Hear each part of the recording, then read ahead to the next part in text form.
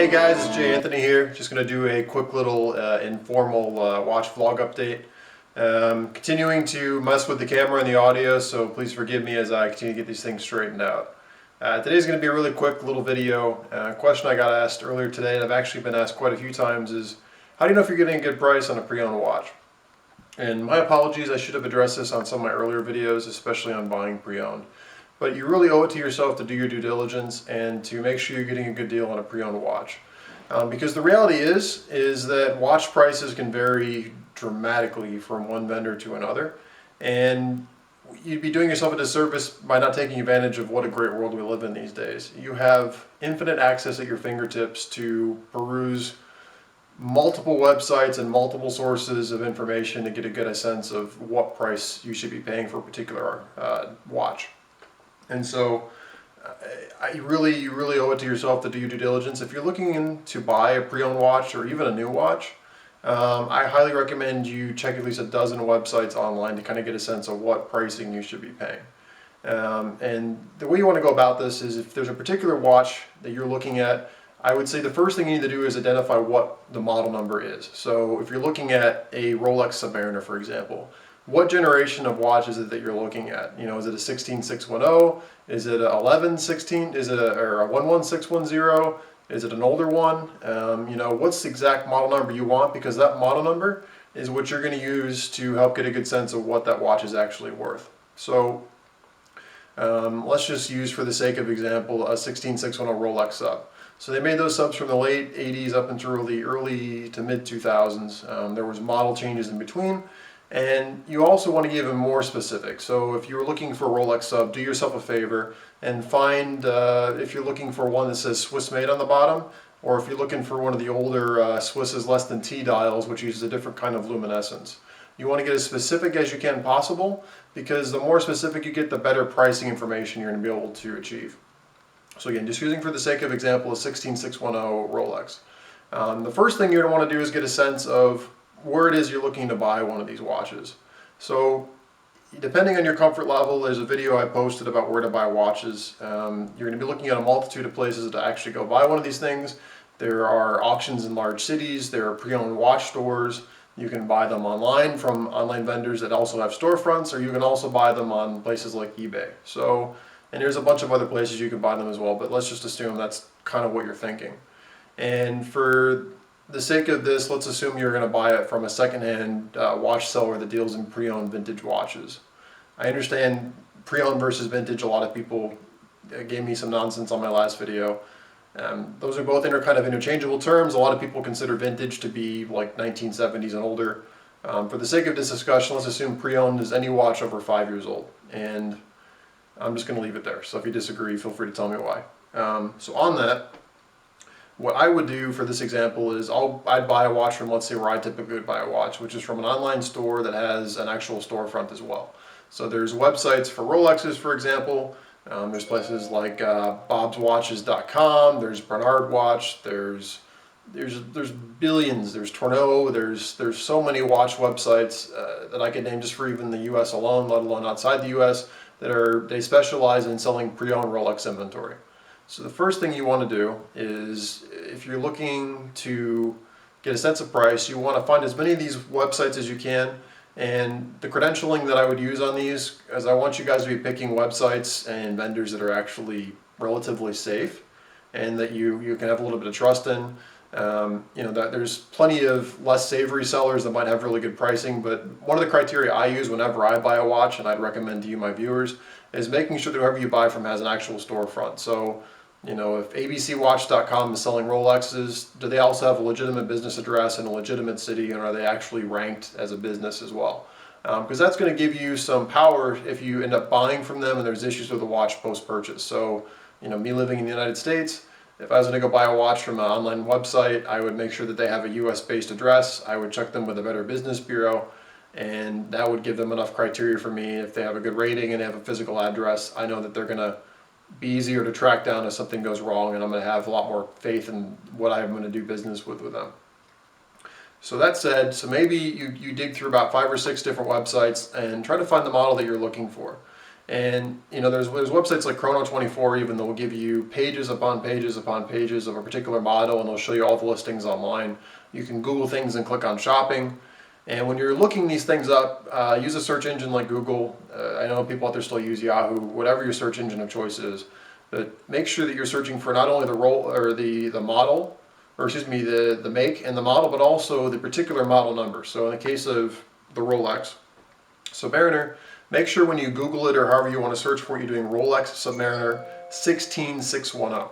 And the reason you want to do that is, again, you want to get as specific as possible to that model. And when you're actually looking on these websites that show up, make sure too that it has the specifications that you're looking for. So if it's a 16610, if you're looking for a T-dial, make sure you're only checking for Submariners that have a T-dial on it, because there can be variance within an individual model range as well, depending on the options. So just something else to keep in mind.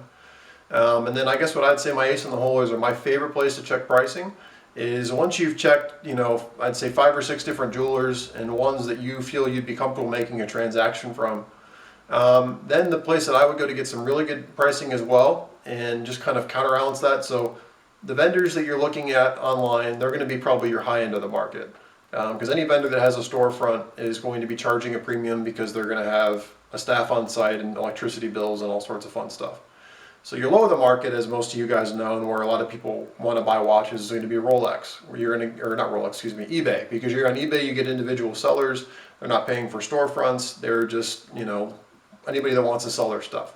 So eBay is very good at giving you a sense of what the bottom of the market is, because those are individual sellers, and because they don't have storefronts and any real credibility, they can't command the same prices as a vendor. And again, the vendor's also charging a premium because they have, facilities to maintain.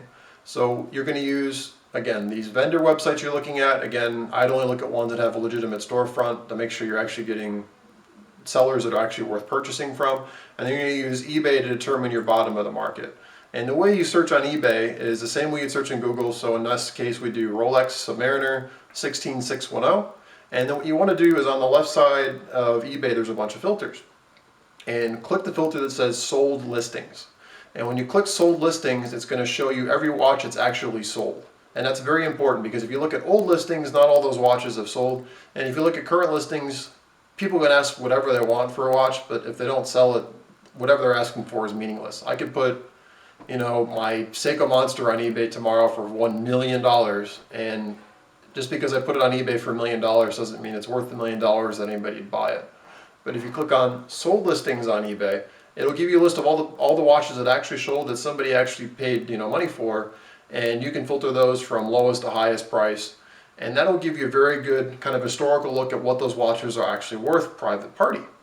So with a Rolex 16610, and I haven't checked prices recently, but I would imagine they probably haven't changed a hell of a lot. You might see on the low end somebody probably got a beat up one with no box and papers for maybe $4,500, and you might find one that was mint condition with the original box and papers with hardly ever worn, original stickers intact for like $6,500, and that's an enormous, broad sweep. So within that range, though, you can look at multiple watches and you can determine what kind of condition watch you're looking for. And if you're looking for kind of a middle of the range watch, you could take the median of those two and say one is $4,800 and one is $6,300. And let's just say a good price for you on that basis is probably around $5,600. And then if you're looking online and you see a retailer, and the retailer is selling a mint condition watch for $6,800 or maybe even $7,000, and I'm just making these numbers up for the sake of example. On eBay, an average price on eBay might be $5,600 for private seller. They want $7,000. Now you have a little bit of room to negotiate.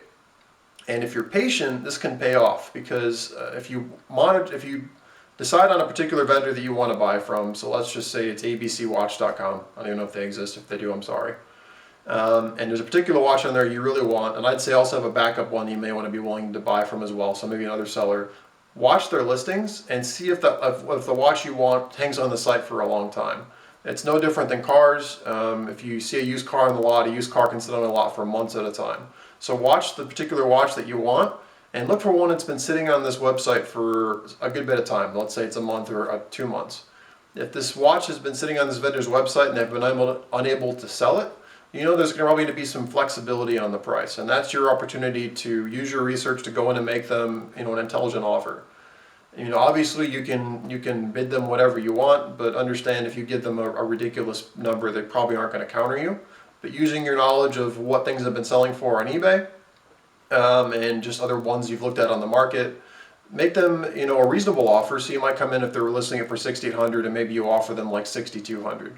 Worst cases, they'll tell you no. And if they do, then if they respond to you, you can come up and you can try and negotiate a better price that way. The other thing you'll notice too is when watches happen to get posted on some of these vendors' websites that actually are a phenomenal deal. I've had situations, I kid you not, where I had a good sense of what watches were selling for on eBay, and then believe it or not, I'd find a legitimate vendor that I dealt with before, and they had a particular watch that I wanted selling for what it would have sold on eBay. They had it hugely discounted, and because you've done all this research, you know that it's a really good deal, and you strike because you know that that's a perfect watch and a great price for you. So my takeaway from all of this is you're going to want to do your research, and the way you know you're getting a good price is use eBay. I would definitely recommend use eBay. Search by sold listings. The more specific you can get about the model you're looking for, the model number, when it was made, the condition. Is box and papers important to you? Is it or does it have to be mint condition, or can you have a couple scratches on it?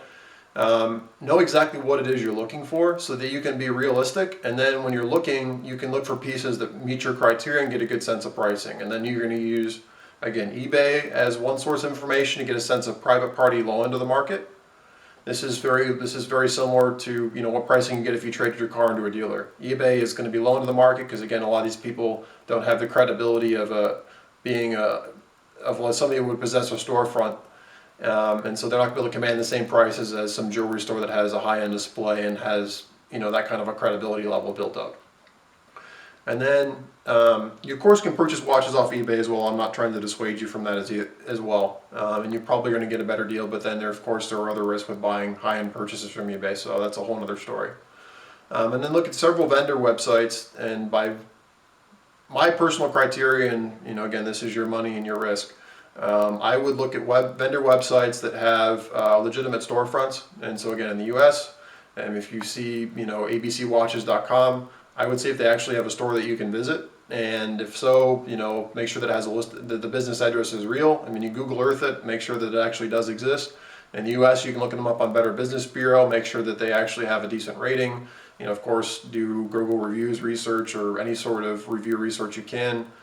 And, you know, take all this stuff in, find a couple of vendors that you'd be comfortable from buying from, find, you know, the watches that they have. And if you're patient, see if that inventory sits around the watch that you want. And if it sits around for a while, then that's your opportunity to go in and offer a lower price and ask for a good deal. So those would be my recommendations to you. There's also, this is just very helpful for you too if you want to learn what your watch is worth. I know people ask me a lot, they'll say, you know, J.Anthony, I have such and such a watch with these features, what's it worth? Honestly, what I do when I answer those questions for you guys is I go to eBay and I look at sold listings and I look for similar watches and I kind of give you a ballpark answer. So that's my secret, and you can go do it too. That's actually the easiest way in the world. We have all this great information at our fingertips. All you need is an internet connection, and you know, go to websites like Chrono24, eBay, and sold listings, and there you go. You know what your watches are worth. So as always, I hope you found this video helpful. If you didn't like it, give me a thumbs down, but please tell me why. I'm sick of thumbs downs with no comments. Had the balls, give me some comments. If you liked it, great, give me a thumbs up. Most importantly, questions. Let me know what your questions are. Your questions fuel the vlogs. I need your questions to keep this thing going. It's reciprocal. And if you haven't already, please subscribe. I will do my best to keep future content rolling out and to make these videos higher quality and more valuable as they move forward. I'm still learning. So thank you all for your support and have a good day.